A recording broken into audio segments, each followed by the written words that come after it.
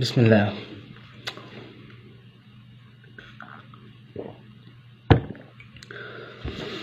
كابتن حسام حسن سافر السعودية.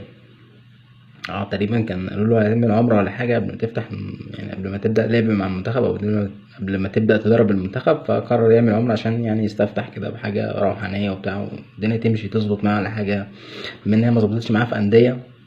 كان بيلعب حلو مش عارف ايه بتاع، بس ما خدش حاجة، يعني اللي هو كاسيفي درب فلان وفلان وفلان، بس عمل ايه مع الحاجات دي؟ مفيش. بس فكرة بقى ان انت رايح المنتخب او رايح سوري السعودية حلوة، انا ما عنديش مشكلة، وانا ما عنديش مشكلة ان اي حد يسافر السعودية، دي حاجة يعني بديهيات زي ما بيقولوا كده، يعني اي حتة تسافر، اي حتة انت عايزها براحتك، دي حاجة دي حرية شخصية. انما الازمة بالنسبة لي والكارثة الصورة دي،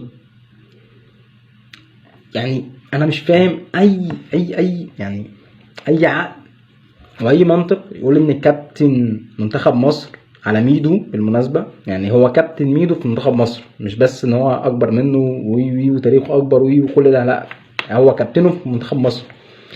يدي اذن لتركي آل الشيخ او يستنى اذن من تركي آل الشيخ عشان يكلم حسام حسن، والاذن من مين؟ من ميدو. انا يعني قمة يعني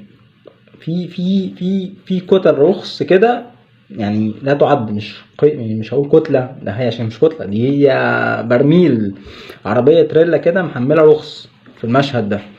المشهد ده أدنى، يعني أدنى مشهد ممكن تتخيله مش تشوفه، تتخيله في السيناريوهات اللي بتحصل ما بين الشوال وما بين الرياضيين في مصر او الفنانين في مصر. يعني بيومي فؤاد انت خطيته كده مش بمراحل، بفدادين مراحل. الواحد كان بيبقى كان عنده امل كده، وعنده يعني نقول مصري بقى ونشجع مصر وبتاع والمنتخب، يعني اللي هو في ريحه بصيص من الامل كده ان انت هتشجع مصر، يعني عشان اللي بيدرب مصري وانت مصري وبتاع، واحنا كلنا مصريين مع بعض، يعني تقريبا كده. الناس دي مش مصرية، الناس دي بس ناقصها الجنسية السعودية على الورق عشان تبقى سعودية وتدرب المنتخب السعودي وتريحنا بقى من الهيصة دي. عشان كده اهانة زيادة عن اللزوم من الشوال والمصريين للأسف اللي بيطوعوه ويسافروا معاه. سلام.